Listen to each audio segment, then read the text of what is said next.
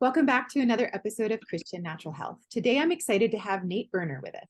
Nate graduated from Michigan Lutheran Seminary in 2003 and has been fitness coaching since 2005. He left the church entirely for most of his career in fitness. Multiple and sometimes traumatic injuries and surgeries slowly revealed to Nate that he had made fitness into an idol in his life. Now he has a more balanced approach to health and fitness and owns a strength training gym in Cedar Park, Texas called Fit Goal Culture. Nate is using his new book, God's Fingerprint on Fitness, to encourage Christians struggling with their health and weight to take steps toward fitness and to encourage fitness enthusiasts and coaches to lead their clients to take steps towards a deeper relationship with God. Welcome, Nate. Thanks for joining us. Thank you for having me. Absolutely. So tell us a little bit more about the backstory. Flesh that out for me. Like, how and why did fitness kind of become an idol in your life? What was the story there?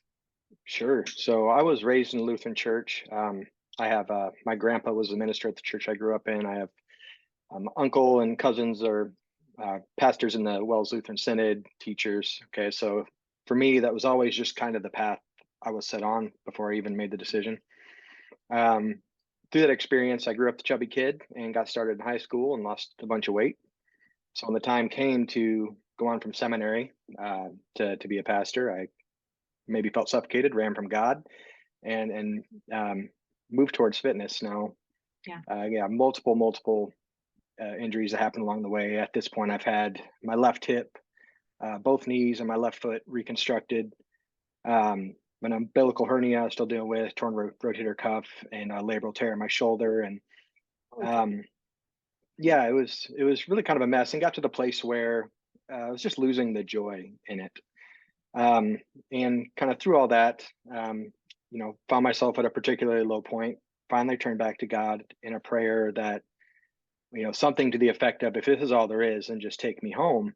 Mm-hmm. And it was kind of from that place, that rock bottom, that trajectory changed. And this book I wrote really is kind of a way to maybe bookend that season of my life. Okay, what are the lessons I learned that are valuable, and what do I need to get rid of? Right. And by the time I finished, I had something that, said, wow, this may actually have some value for people.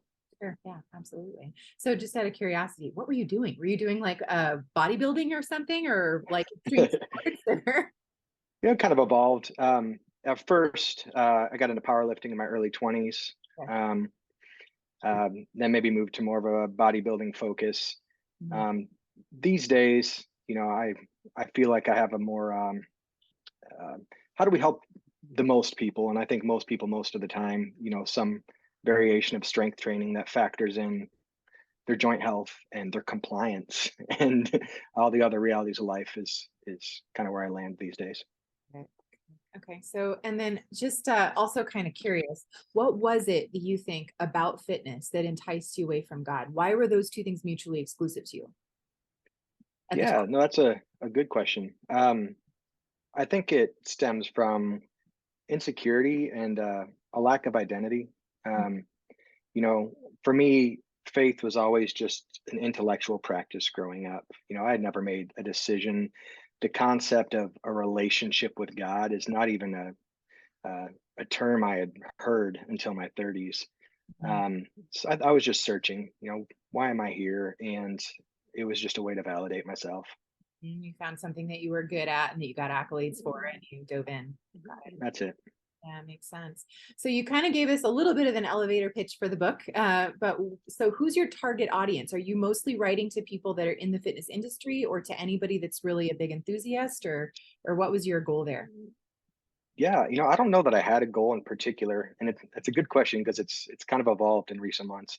Yeah. Um, I Short answer is I really think it would serve either demographic. Okay, maybe Christians who are struggling with their health and like, how do I get started without becoming that Going Instagram fitness person, right. or right, or the fitness enthusiast. Okay, like how do I integrate this with my spiritual practice? But the deeper I go, you know, I I want to impact the church with this. And I believe when we start talking about like systemic cultural change within the church, that has to start with the leaders.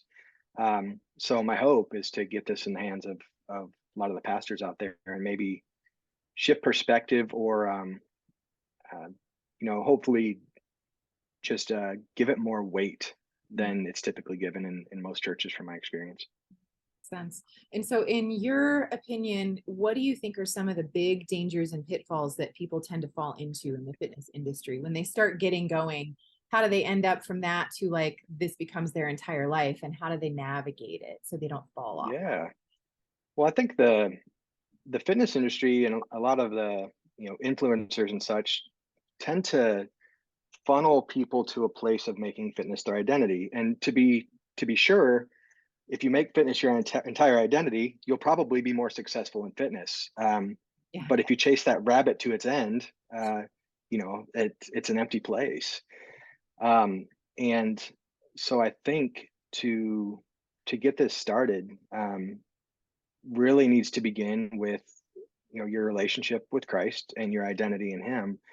And when you start with that as your foundation, and then look what Scripture actually has to say about all this, making decisions that are going to positively impact your health kind of become your default if you are honest with yourself and aren't a slave to your comfort, right? So um yes, you should take this stuff very seriously. No, you shouldn't make it more important than the people around you. Course. Yeah, absolutely. So I love how it sounds like from your story, you got to this place of surrender to God, and then He sanctified the thing that you were passionate about and gave it back to you. That's so like God to do that kind of a thing. Were you afraid to surrender? Were you afraid you were going to lose all this entirely at that point, or did you trust Him enough to do that? Oh, I fought it for years. Yeah, Uh-huh. absolutely. And even through it, there was a lot of painful prayer and you know, how how am I supposed to be the person to lead a front like this when like my own health is seemingly being stripped of me? But as I come out on the other side of it, you know, um, I think that was necessary, one, for me to get to a place that I could let go completely, but also, I'm no longer this, 220-pound like jack guy preaching from a pulpit. Like I'm kind of right in there with you. Yeah, yeah, that makes sense. So you can identify with people more and they can relate to you in terms of Yes, ma'am. yeah, very cool. So, okay, so what's your perspective on First Timothy 4:8, where it talks about that there's some value of physical training? How does that play into this? What's your point of view on that concept? Yeah. Yeah. The Christian friendly reason to back burner fitness. um, Here's the thing though, is when we look at the people this was written for, okay, the fitness industry as we know it didn't exist. The obesity epidemic did not exist. The supplement industry did not exist, and fad diets, right? Right. Um, Physical training, when this was written, wouldn't refer to doing a yoga class or going for a walk to counterbalance the fact that you sit on your butt all day, right? Right. Physical training would be talking about, purposeful, intense training for sport or for war. And I believe that the value that this verse talks about has a lot more to do with the character traits that that style of training develops Oh, interesting. rather than just taking care of your body, right? Taking care of your body, realizing that a 21st century American lifestyle is kind of mindlessly pulling us towards sickness and obesity. That falls under just stewarding your gifts. Um, but I think that there are good godly reasons to go beyond just health and actually pursue fitness. The character traits that you develop through training, like discipline and self-control and grittiness and perseverance and patience, Mhm. the only way you improve those things is by using them. Mhm. And you don't want to be limited by your self-control, by example, in your walk with God. Mhm. And I think there is a direct carryover into your faith walk. Fascinating. So that's almost the same argument I hear with respect to like fasting, for example. It's one of those things where you're disciplining yourself so that you're denying the cravings so that you can subject those to the higher spiritual values. Is that sort of the similar concept of what you're saying? Yeah, absolutely. I think we Americans, maybe in particular, are just a slave to our comfort. Comfort can be an idol as well. Yeah. So it's okay to be uncomfortable, arguably good for you. Yeah. Absolutely. And so do you catch yourself occasionally trying, like, does God have to course correct you and keep you from going off into the extremes, or are you kind of over that now? I think I'm pretty well beyond that now. This book took me a couple years to write, Yeah. but 90% of it happened in the last few months leading up to the release, and that was because every time I sat down to write it, I found myself trying to cram Jesus into my box, the things I wanted to be true, and then running into him and just, being challenged by it and having to kind of step back and reevaluate. Yeah. Um, but at this point, I think it's found its place. Yeah. Yeah, that's great. And so tell me a little bit more about what you said about stewarding our gifts, stewarding our bodies. Why is that important for somebody that struggles to get off the couch and like exercise some of that discipline? What would you say to them? Beyond the fact that we're commanded to by the creator of the universe, Mhm. um, you know, one, it's going to directly and maybe significantly negatively impact your walk. Okay. We are not infinite, self rejuvenating beings, and you have a limited amount of energy. And so to purposefully make decisions or purposefully ignore decisions that are further reducing that, it feels like a slap in the face of God. But also, from a leadership perspective, whether you take that responsibility seriously or not, you are having an impact on the people around you. Yeah. And so for you to neglect your own health, that rubs off on the folks around you, and you're harming their health in a very real way. Yeah, it makes sense. I just read this recent book. I'm trying to remember what it was called. It was by Lisa Barrett, and it was on a new idea behind emotion, like how it's generated essentially. And she had this idea that I'd never heard before, the concept of the body budget, the idea that many of the emotions that we find ourselves not being able to control, it's because we're tired or we're hungry or we haven't been exercising or we're not getting enough sleep. And then that ends up setting you up for all these stress hormones that your brain then interprets as being these negative emotions. It's a very interesting, it was an interesting idea to me, and it sort of plays into what you're saying, I think. This idea that we're stewards of our bodies because that actually plays into our ability to exercise self-control in that sense. Yeah, Where science meets faith. Yeah. exactly, exactly. Love it. So what have I not asked you that you want to make sure you leave with our audience? Mm. One thing I think maybe is just really important for people to establish early on. We're used to talking in terms of body and soul as two separate things. And that's not necessarily the way the Bible talks about those things. Okay. I'm not a Hebrew scholar, but I've done a lot of research through this book. And when you look at the word that the Bible tends to use that we translate as soul, in the Hebrew is nephesh.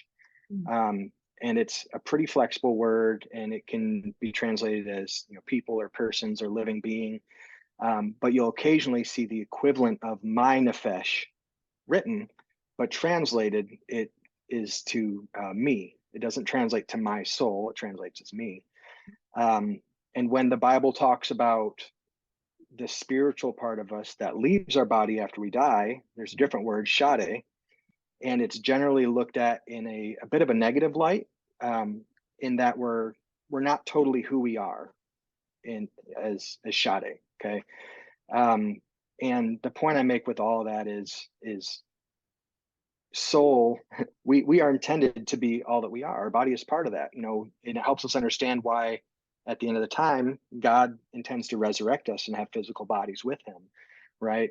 And so when we start by viewing our health and fitness through that lens, you realize that physical exercise is not something ancillary. It's a part of your spiritual practice because it's part of the totality of your existence that God calls us to give to him. So I think if you can approach, the rest of this book and the rest of what scripture has to say about your health through that lens, it's a game changer. Body, mind, spirit. Awesome. Very cool. So where can people go to learn more about you and maybe pick up a copy of your book? Yeah. Head to natebirner.com. If you look in the description, you can see a link, as you may not want to try and figure out how to spell my last name. There's a link there to buy the book, or you can just download the first chapter if you just kind of want to see what it's about, see if it's something you're interested in, or at Nate Birner on Instagram. you can find me pretty active on there as well. Cool. Well, I will link to that in the show notes. Thank you, Nate. This has been really interesting. Thank you, Lauren. Are you looking for a holistically minded healthcare practitioner who truly treats root cause rather than symptom suppression? Unfortunately, even in the alternative healing professions, this isn't a given. That's why I've created wholehealthdoctor.com, a resource to help connect patients to healthcare practitioners in their area who share a root cause philosophy. Alternatively, most of the practitioners listed also practice telehealth. So if there isn't anyone local to you, you can still find a great practitioner to help you regain optimal health. Go to wholehealthdoctor.com. That's wholehealthdr.com. Type in your location or just the specialty that you're looking for and find the practitioner who's right for you.